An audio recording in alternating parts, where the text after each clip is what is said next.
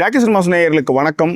இது ரேகா சித்திரம் 2025 வெளியாக இருக்கக்கூடிய மலையாள திரைப்படத்தினுடைய வீடியோ விமர்சனத்தை இந்த எபிசோடில் பார்க்க போகிறோம். அதற்கு முன்பாக இந்த தளத்தை இதுவரை சப்ஸ்கிரைப் பண்ணாதவங்க சப்ஸ்கிரைப் பண்ணுங்கள், லைக், கமெண்ட், ஷேர் பண்ணுங்கள். ஸோ ரேகா சித்திரம் திரைப்படத்தினுடைய விரிவான விமர்சனத்துக்கு ஸ்டே டியூன் வித் அஸ்.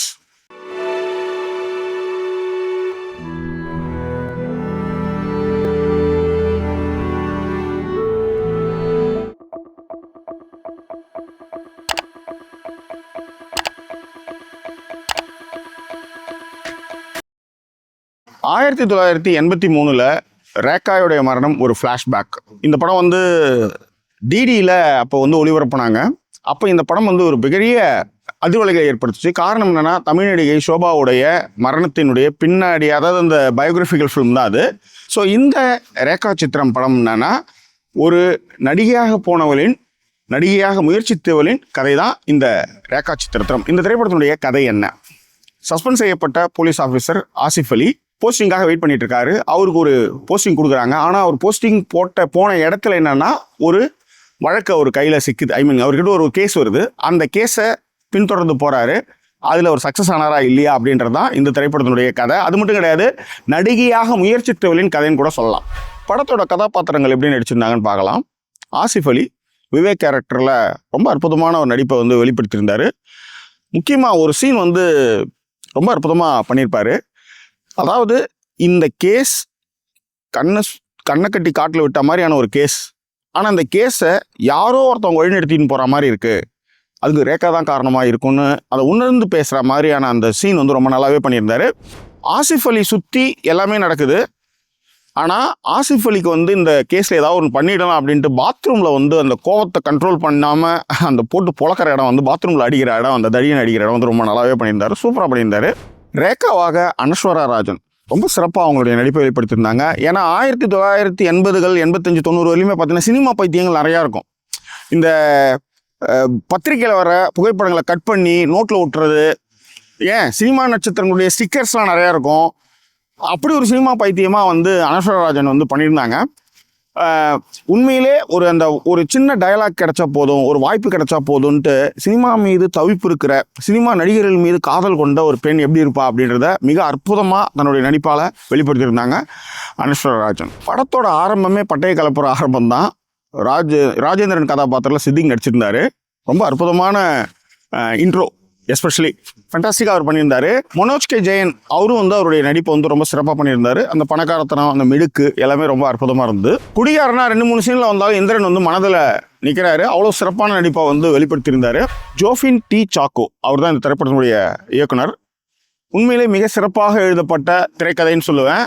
ரொம்ப அற்புதமாக இந்த திரைப்படத்திற்கான திரைக்கதை எழுதியிருந்தாங்க. ஏன்னா ஆள் யாருன்னே தெரியாத ஒரு காணாமல் போன ஒரு பெண், அதை எந்த மாதிரி வந்து கண்டுபிடிக்கிறாங்கன்றத ரொம்ப சுவாரஸ்யமாக, ப்ரெடிக்டபிள் இல்லாமல் மிக அழகாக எழுதப்பட்ட திரைக்கதையே இந்த திரைப்படத்திற்கான வெற்றியாக நான் பார்க்குறேன். அது மட்டும் கிடையாது, 1980 அப்படின்னும் போது அதற்கான ஆர்ட் டிபார்ட்மெண்ட்டு அந்த மாதிரி விஷயங்கள்லாம் ரொம்ப நல்லா பண்ணியிருந்தாங்க. அதேமாதிரி மம்முட்டி வந்து ஒரு 2-3 சீன் வர மாதிரியான விஷயங்களும் ரொம்ப அழகாக பண்ணியிருந்தாங்க, சூப்பராக பண்ணியிருந்தாங்க. படத்தோட சினிமோகிராஃபர் அப்பு பிரபாகர் ரொம்ப சிறப்பாக அவருடைய பணியை பண்ணியிருந்தார்.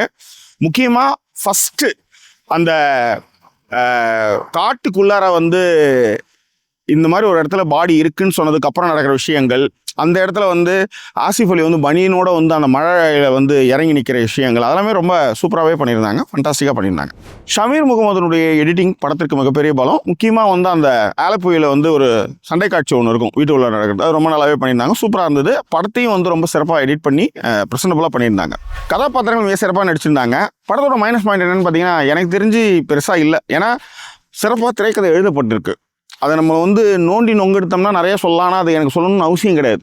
அதை வேணும்னே சொல்கிற மாதிரி தான் இருக்கும். மற்றபடி வந்து மைனஸ் பாயிண்ட் எனக்கு எதுவும் பெருசாக இல்லை. What is the take away அப்படின்னும் போது, நாம் யாருக்கிட்டையாவது எதையாவது ஒன்று நீங்கள் சொல்லிட்டு போகணும். ஒரு விஷயத்தை நீங்கள் பதிவு வச்சுட்டு போகணும். இப்போ நீங்கள் ஒரு இடத்துல ஒரு முடிவு எடுக்கிறீங்கன்னா அது ஒரு 3 பேருக்காவது நெருங்கிய நண்பர்கிட்ட சொல்லிட்டு போகணும் அப்படின்ற ஒரு விஷயத்தை வந்து இந்த படம் மூலமாக நம்ம வந்து கற்றுக்கலாம். இது ஒன்று. ரெண்டாவது, கலைஞருடைய ப்ராவர்ப் ஒன்று இருக்குது.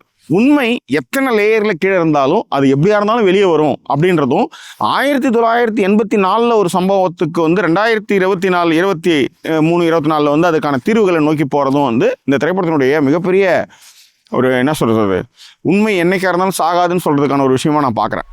வாட் இஸ் த கன்க்ளூஷன் அப்படின்னா, ரொம்ப சிறப்பாக எழுதப்பட்ட திரைக்கதை. அதை விட சில சீன்ஸ் வந்து ரொம்ப மனசில் நினைச்சு, சார் மரணம்ன்றது தவிர்க்க முடியாதது, ஆனால் அதுக்கான காக்கிருத்தல்னு ஒன்று இருக்குல்ல, அது ரொம்ப ரொம்ப கொடுமையான விஷயம் சார் அப்படின்னு சொல்கிற இடமும், இந்த கேஸ் எவ்வளோ இம்பார்ட்டண்ட்டான ஒரு விஷயம், எங்கேயோ ஒரு பெண்ணுடைய ஏதோ ஒரு பெண்ணுடைய ஒரு விஷயத்தை நம்ம வந்து தேடின்னு போயிட்டு இருக்கோன்ட்டு அந்த இடத்துல வந்து ஆசிஃப் அலியோடைய ரியாக்ஷன்ஸ் வந்து ரொம்ப நல்லாவே இருந்துச்சு.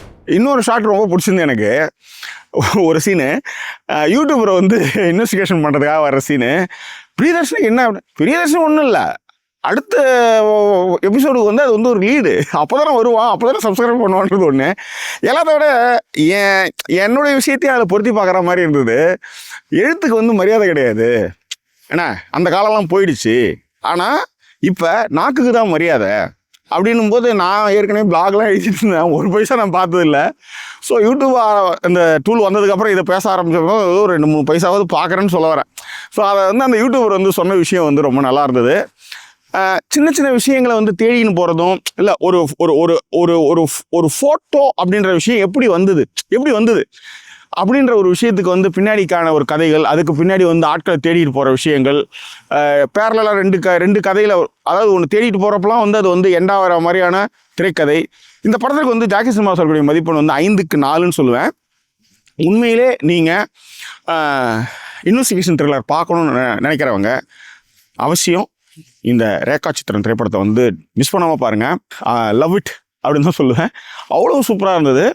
எந்த டைலாக்குமே மிஸ் பண்ணாத அளவுக்கு சில படங்கள் இருக்கும்ல, அதில் இந்த படமும் ஒன்று. 2025 பெஸ்ட்டு த்ரில்லர் இன்வெஸ்டிகேஷன் ஃபிலிம் இது. மறக்காமல் பார்த்து மகிழுங்கள். இப்போ 12+ தான், அதனால் ஃபேமிலியோடு நீங்கள் வந்து போய் பார்க்கலாம், தப்பில்லை.